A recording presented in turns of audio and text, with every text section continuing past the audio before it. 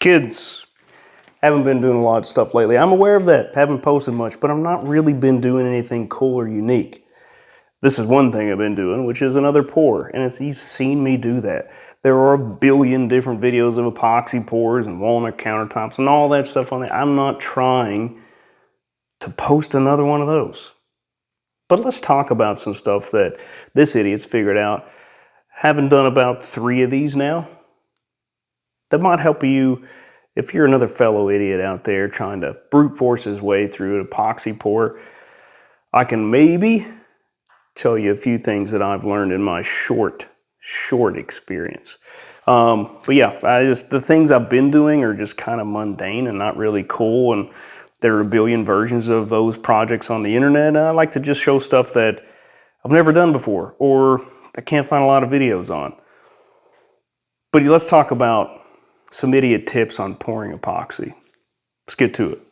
So with this specific epoxy I'm using, usually a few hours in, I'll come back in and do a second flame. And that usually will take care of it. Now on this pour, I waited what would usually be about that time, 3 to 4 hours.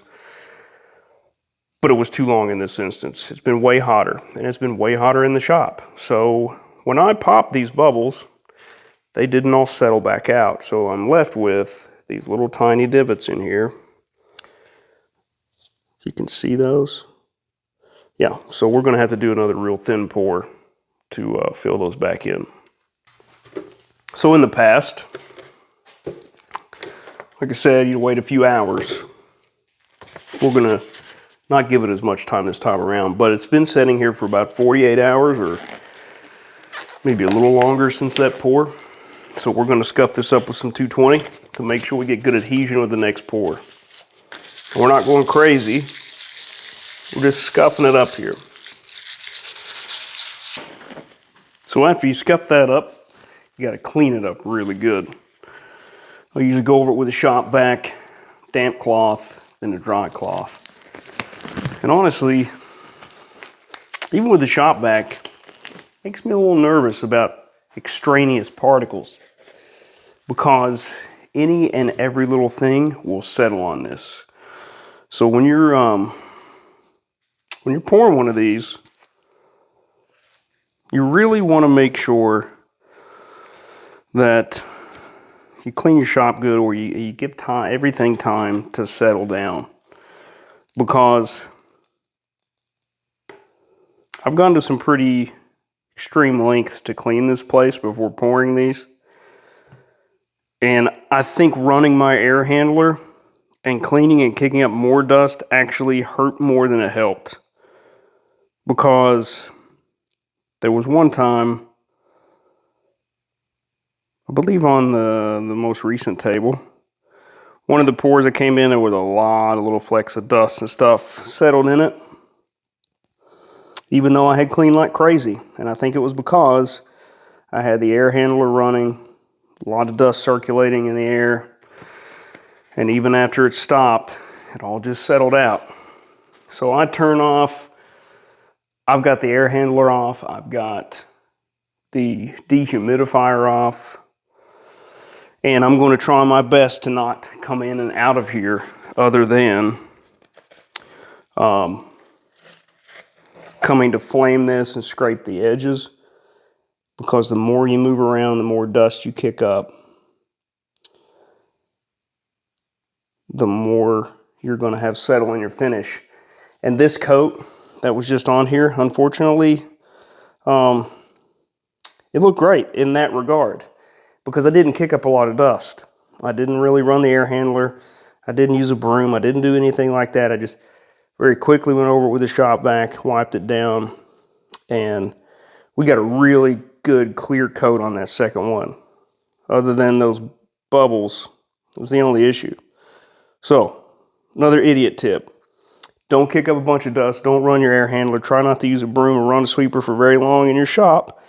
If you do, give it enough time for everything to settle out of the air before you make this pour. Another thing, I've been using these wooden handles, these wooden mixers. Haven't had a problem with them, but I have paid enough attention to cleaning them off before I use them to stir anything. Make sure that there's not any loose splinters on them, but probably it would be best to have a plastic or silicone mixer. But I just tend to use what I have on hand. And if I'm honest, I haven't noticed that these wooden ones have caused any problems. I can see how they would though. If you're going to do this on a regular basis, then you should probably get a infrared thermometer. It's been very handy in these last couple of pours to get an idea of what you can expect the temperatures to do and when. So if you're going to do this very often, it would help to know, where are your temperatures on your pour, and that can help you gauge when's the best time to do things like flame it or scrape the drips off the bottom, that kind of stuff. Because as I said before, the reason we're having to re-pour this is that I had been basing my steps in that post-pour process on time. Well, time is not the only factor involved. Heat is a big one. So the time of the year, the thickness of your pour, the type of material you're using are all going to impact how quickly this cures. So yeah, infrared thermometer, probably another good little idiot's tip there. And they're cheap. In fact, the company that I buy this epoxy from, they sell them. And I bought one off of them. Yeah, it's over there somewhere. What's another one? Another idiot tip. Buckets. You're gonna waste a lot of buckets more than likely. If you've got the patience to clean them out, you could scrape this epoxy out of it after they've settled. You can break it loose and clean it out really good. If you have small buckets, like small containers you're using, as soon as you get done with the pour, dump a whole bunch of 91% isopropyl alcohol in there, and then you can wash it out with water pretty easily. But if you want to try to save these buckets, you need to clean them, pretty much immediately, or let it totally cure and then try to scrape it out. But what I've noticed with that is there's a whole bunch of little flakes of this stuff. It's really hard to get out. So yeah, you can reclaim these buckets. Would I use them for an epoxy pour again? You have to really pay attention to while you're cleaning them. Or you could use them for other things. Yeah, that's definitely one cost, is your mixing containers. And I'm sure there's some pro out there that knows, hey, there's some other type of bucket you can use, or they've got some trick, but I'm not the guy to tell you. Next thing, make sure your surface is good. Kind of maybe just swipe underneath your bucket before you start pouring it, because I've had some stuff fall off the bottom of the bucket under these.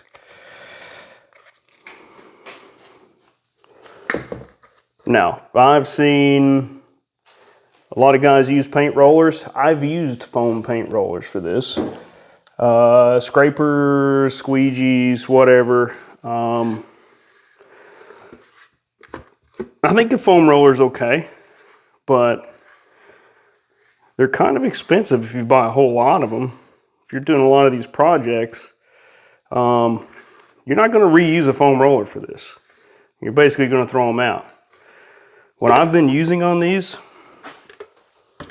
and has been pretty effective, are these little Bondo plastic spreaders.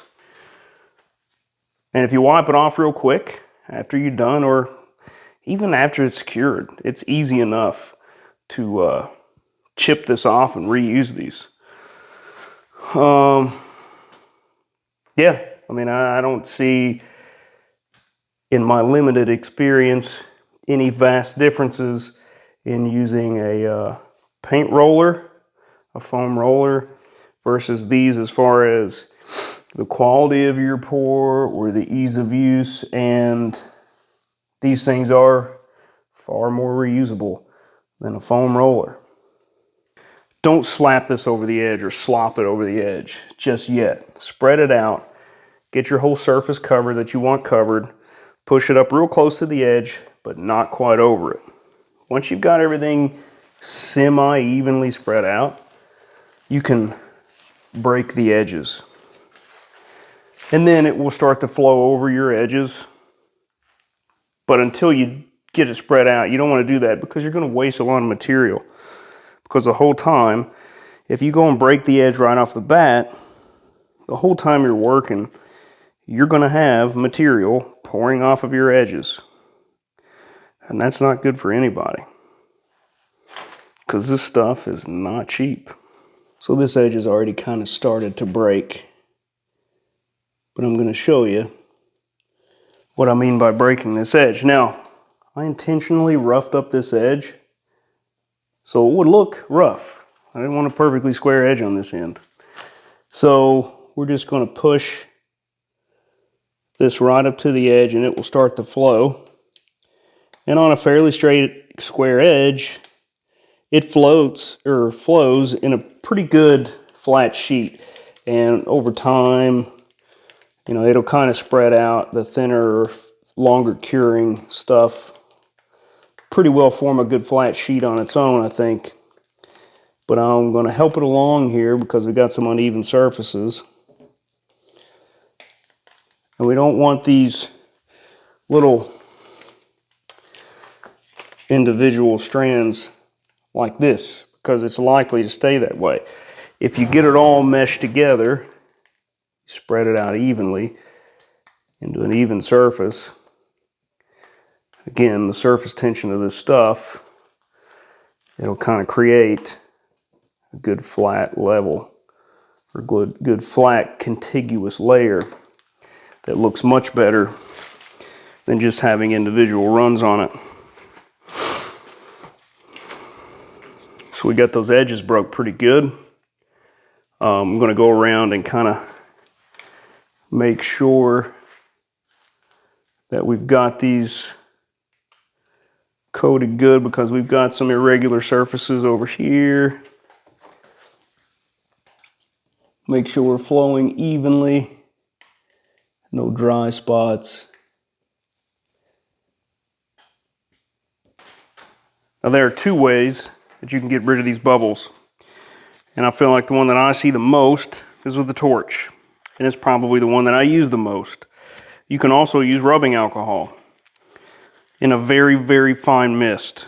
Now, I've bought some Zeps or whatever brand that is, spray bottles, just generic spray bottles for whatever. And they tend to shoot more of a stream than is good for this in my experience. You want something that's got a really fine mist on it because that's what you want, a really fine mist. And these that I bought, I believe at Rite Aid, maybe? Good luck finding that now. But they shoot a pretty fine mist. And you can use those. You can mix colors in these and spray them on. You can use this to kind of feather out the colors. You can also use it to pop bubbles. And I've also found that this will kind of spread out certain irregularities too. So that's one option, it's the rubbing alcohol. The other option is the torch, and I'll show you that in a minute too. Aside from the rubbing alcohol, you have the torch. Now, don't hit this thing with the friggin' torch right after you sprayed rubbing alcohol on it, because then you're just gonna have a fire. I'm hoping you can kind of see these bubbles over here. You don't want to hold this for very long and in one spot. You're just very quickly running it over these and popping the bubbles as they rise to the surface. So don't hold it together, don't hold it for very long in one spot. You're just sweeping over it, not getting too close.